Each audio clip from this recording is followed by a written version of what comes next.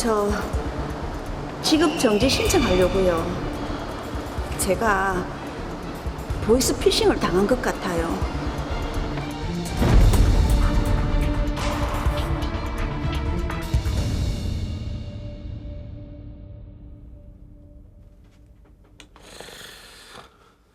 여기가 우리 사무실입니다. 괜찮지요? 좋네요. 컴퓨터도 많고 인터넷 설비도 잘 돼 있고. 아, 숙소는? 바로 이 옆 블록에 숙소도 마련해놨습니다. 이 영웅 씨가 경력도 있고 하니까 조직원들 교육까지 다 책임져야 되는 거 알고 있지요? 그럼요. 아, 그리고 개인정보나 해킹 어플은 어떻게? 그거는 관리하는 조직이 따로 있어. 그거는 내가 알아서 정리할 테니까 일만 잘해주시오. 당연하죠. 그러면 이제 판 한번 짜볼까요? 네. 아, 실제로 저렇게 중국 가서 저런 일을 하네요.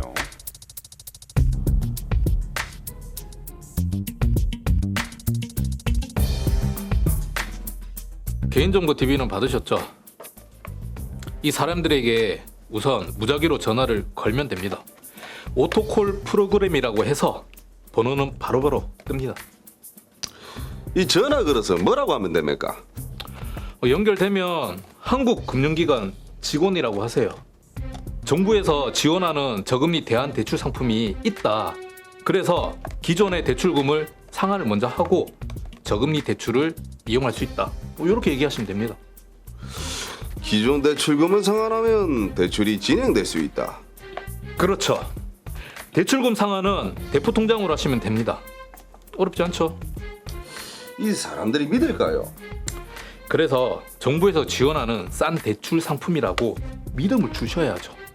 자, 열심히 연습하셔가지고 다음 주부터는 바로 실전에 들어가겠습니다. 아시겠죠? 아, 그리고 새로 오신 분들 여권 놔주세요. 내가 왜 그러는 줄 알죠? 이 실컷 교육 다 시키라는데 나가면 안 됩니다. 수익도 알려드려야죠. 상담원분들 성공하시게 되면 입금받는 금액의 6에서 7%를 바로 떼드립니다. 전화 한 통만 잘하면 엄청난 금액을 버시는 거예요. 1천만 원이면 6, 70만 원이지만 1억이면 6, 700만 원이 전화 한 통으로 여러분들 통장에 딱 꽂히는 겁니다. 잘할 수 있겠죠? 고소이가 아르바이트. 네, 사기꾼들은 참 불필요하게 부지런하네요.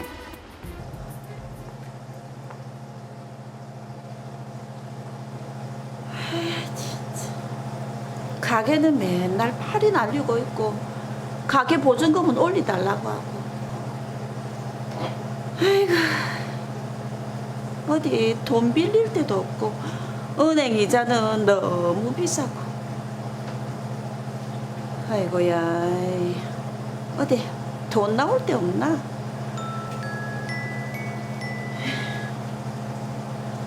여보세요. 안녕하세요, 고객님. 저는 로이어 은행의 김강용 대리라고 합니다. 로이어은행 주거래은행이네.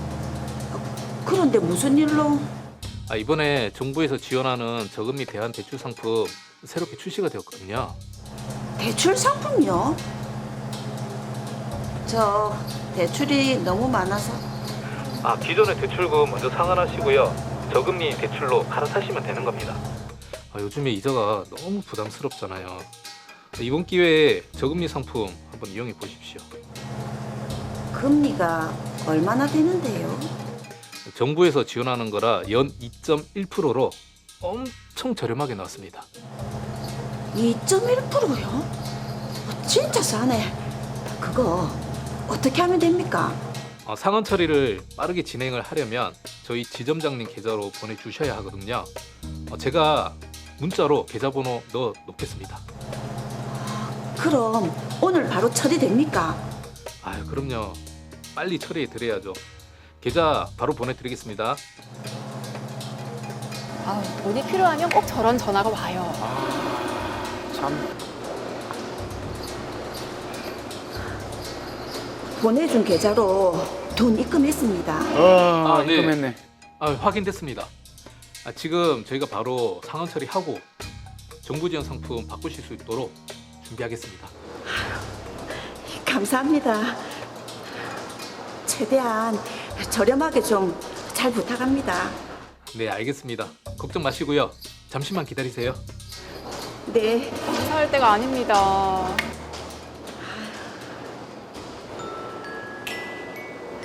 또 무슨 전화고? 아, 여보세요. 방금 돈 이체하신 은행인데요. 근데요, 뭐 잘못됐습니까? 대안대출 받으신다고 하셨는데 아무래도 보이스피싱 같습니다. 보이스피싱이요? 내가 그렇게 어수룩해 보입니까? 예? 그게 아니라 종종 이런 사건이 있거든요. 혹시 모르니까 일단 로이어 은행에 전화하셔서 지급 정지 신청부터 해두시죠. 지급 정지 신청. 아, 일단 알겠습니다.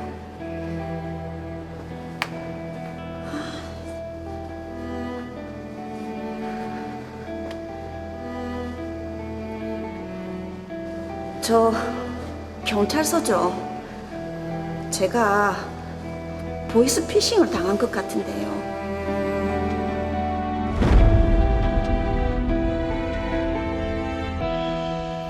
네, 제가 보기에도 홍성진 씨가 지금 보이스피싱을 당하신 것 같습니다. 자, 이런 사건은 그 어느 사건보다 빠른 해결이 필요할 것 같아요. 그렇습니다. 스피드가 생명입니다. 네. 그래서 스피드 있게 사건 정리해 보도록 하겠습니다. 홍성진 씨는 가계 보증금을 올리는 문제로 대출을 고민하고 있었는데요. 마침 주거래은행에서 대환 대출을 통해 저리로 돈을 빌려주겠다는 전화를 받았습니다.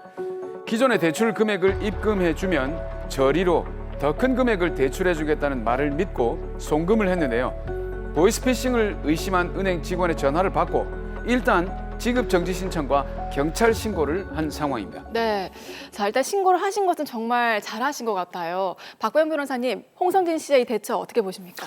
네, 은행 직원분이 빠르게 대출을 해주셔서 홍성진 씨가 피해를 막은 것 같습니다. 네. 아주 잘하셨는데요.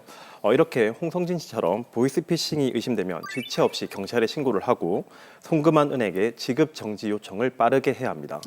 그리고 보이스피싱 지킴이라는 홈페이지에 가입하셔서 피싱 피해에 대한 구체적인 사례와 피해 금액을 알려주시면 피해 회복이 빠르게 진행될 수 있습니다. 자, 일단 홍성진 씨는 바로 신고를 했는데 좀 구제를 받을 수 있겠습니까? 네, 그러실 것 같은데요. 예. 하지만 지급 정지 신청이 보이스피싱 조직에서 돈을 인출해간 이후에 발생했다면 이제 피해는 막을 수 없었을 것 같은데 이 사례에서는 그렇진 않은 것 같습니다. 좀 더 자세히 말씀을 드리면 네. 보이스피싱이 의심되는 사안에서 즉시 경찰서나 금융회사에 콜센터에 지급 정지 요청을 하게 되면 피해 구제 요청을 받은 금융회사는 이제 다른 금융회사에 만약에 사기 피해 금액이 이체를 된 경우에 그 해당 금융회사에 지급 정지 요청을 하게 됩니다. 아. 네, 이때 입금 내역이 확인된다면 전체 계좌 모두가 지급 정지가 되는 것입니다. 그 후에 금융회사는 금융감독원에 채권 소멸 절차 개시 공고를 요청하고요. 금융감독원은 개시 공고 후에 이의 제기 없이 2개월이 경과하면 채권이 소멸되고 금융감독원은 채권 소멸일로부터 14일 이내에 환급 금액을 결정하게 되면 네. 금융회사가 피해 금액을 환급해주는 절차를 진행하게 됩니다. 아, 일단 지급 정지를 신청을 한다고 해도 바로 돈을 받을 수는 없는 거네요. 네, 맞습니다. 아, 네. 이 부분도 저희가 좀 알아둬야 될 것 같습니다. 자, 일단 홍성진 씨가 지금 경찰 신고를 했기 때문에 수사가 이루어질 텐데 보이스피싱 조직의 어떤 범죄 형태라고 할까요? 범죄 모습에 대해서도 저희가 좀 알아봐야 될 것 같아요. 일단 지금 드라마에서 보면 보이스피싱 조직원인 박영웅 씨가 홍성진 씨에게 보이스피싱 범죄를 저질렀는데 보통 이렇게 직접 범죄를 저지르는 거는 하위 조직원들이 많이 하는 걸로 알고 있는데 그 두목이라고 해야 됩니까? 직접 하고 있네요. 대장. 제가 자세히 조사를 해보니까 콜센터를 팀제로 운영하고 있었습니다. 아. 각 팀의 관리 책임자 또는 피해자들과 직접 통화를 하는 상담원을 뽑았고요. 그리고 돈을 인출하고 송금하는 국내 인출팀 역시 직접 뽑았다고 합니다. 아. 그리고 방규용 씨는 조직원들과 함께 속식을 하면서 출퇴근을 관리하고 단합대회까지 열었다고 합니다. 아이고야.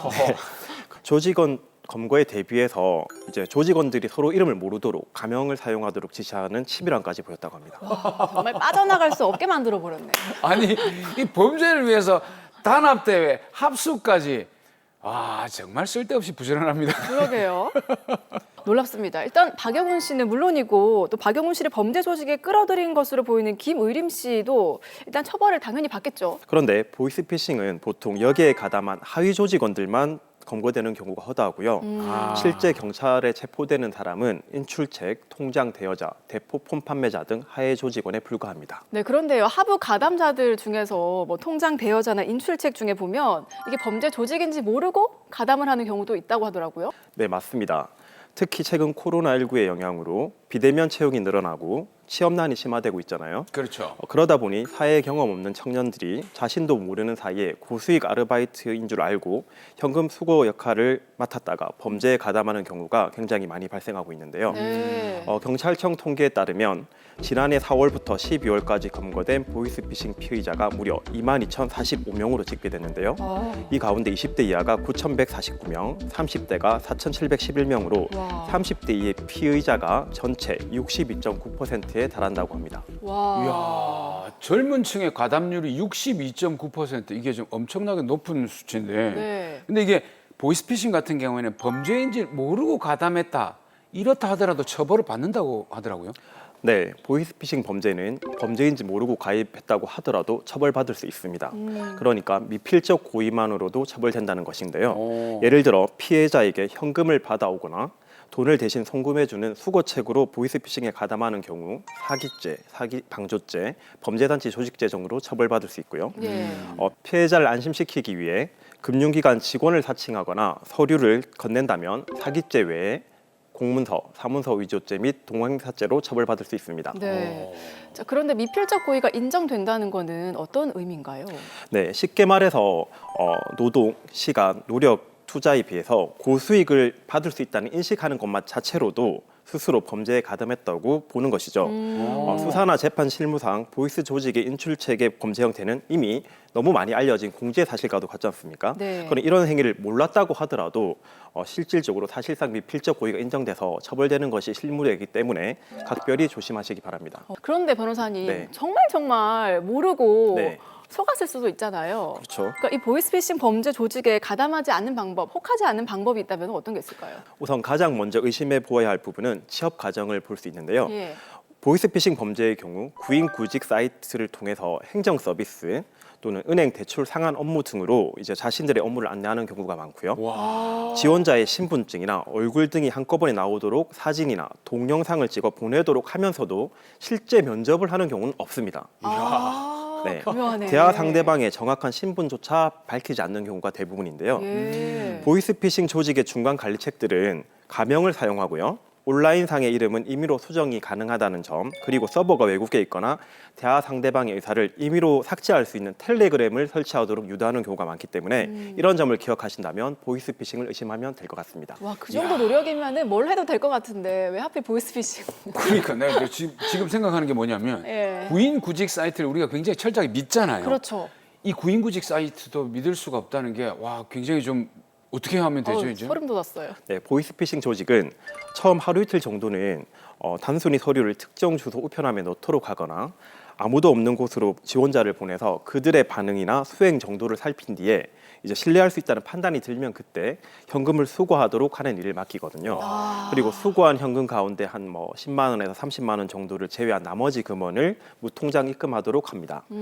만약 특정 아르바이트를 하면서 이와 같은 상황에 관한 의문점이 생긴다면 자신에게 일을 맡긴 대화 상대방에게 이게 어떤 일인지 해명을 요구하지 마세요. 네. 그리고 그냥 곧바로 행동을 멈추고 경찰에 신고하시기 바랍니다. 그러겠네. 해명 요구하다가는 또 큰 네, 더 이제 설득을 당해서 깊게 관여하는 경우가 많기 때문이죠. 아 그러네.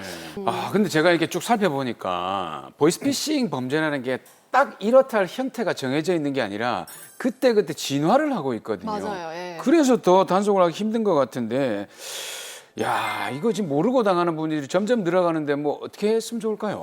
네, 정말 안타까운 부분인데요. 요즘 보이스피싱은 연령, 성별 등을 불문하고 매우 전문적이고 구체적으로 피해자에게 접근하고 있습니다. 네. 최근 피해 사례 중에는 대학 교수인 A씨가 검찰 사칭 보이스피싱 사기로 2억 원의 피해를 보았는데요. 범죄자는 A씨의 개인정보뿐만 아니라 대학의 재직 중인 사실까지 잘 알고 있으면서 그걸 이용했기 때문에 이야. 도저히 보이스피싱이라고는 의심하기 힘들었다고 합니다. 예. 심지어 범죄자는 가감하게 영상통화까지 요청하면서 본인이 있는 곳이 검찰청인 곳으로 오인하게끔 촬영 장소를 꾸민 것으로 확인되었는데요. 예. 당시 피해자는 금융감독원과 금융위원회 등에 전화를 걸어 보이스피싱이 맞는지 확인했지만 피해자의 핸드폰에는 피해자가 어디로 전화를 걸더라도 범죄 조직 담당자가 전화를 가로채는 악성 앱이 설치되어 있어 꼼짝없이 당하고 말았다고 합니다. 와, 이 정도면 그럼 피할 수 없다. 그 전에 해킹까지 당한 거예요. 이야, 이거 정말 무서운데요. 예. 자, 정말 생각보다 이 보이스피싱 범죄가 우리 일상에 깊이 파고들어 있다라는 생각이 드는데요. 여러분, 보이스피싱은 정말 범죄입니다. 가담하지도 말아야 될 것 같고, 그렇죠. 그리고 속지 않도록 주의하셔야 될 것 같습니다. 자, 마지막으로 보이스피싱 범죄에 나도 모르게 가담하고 있는 분들이 있다면 그분들께 한 말씀 해주시죠. 제가 변호사로서 담당한 보이스피싱 사건에 대한 법원의 입장을 전달해 드리는 것이 좋은 것 같습니다. 법원은 보이스피싱 사기 범행은 불특정 다수의 피해자를 상대로 계획적, 조직적으로 저질러지고 그로 인한 피해를 회복하기도 어려우며 특히 이 사안 같은 대출빙자 보이스피싱 범행은 피해자들이 대부분 경제적으로 어려운 처지에 있는 점을 감안하면 사회적 해악이 매우 심각한 범죄여서 엄벌에 처벌한다고 하고 있습니다. 네. 지금 당장 범행을 멈추시고 더 늦기 전에 자수하시기 바랍니다.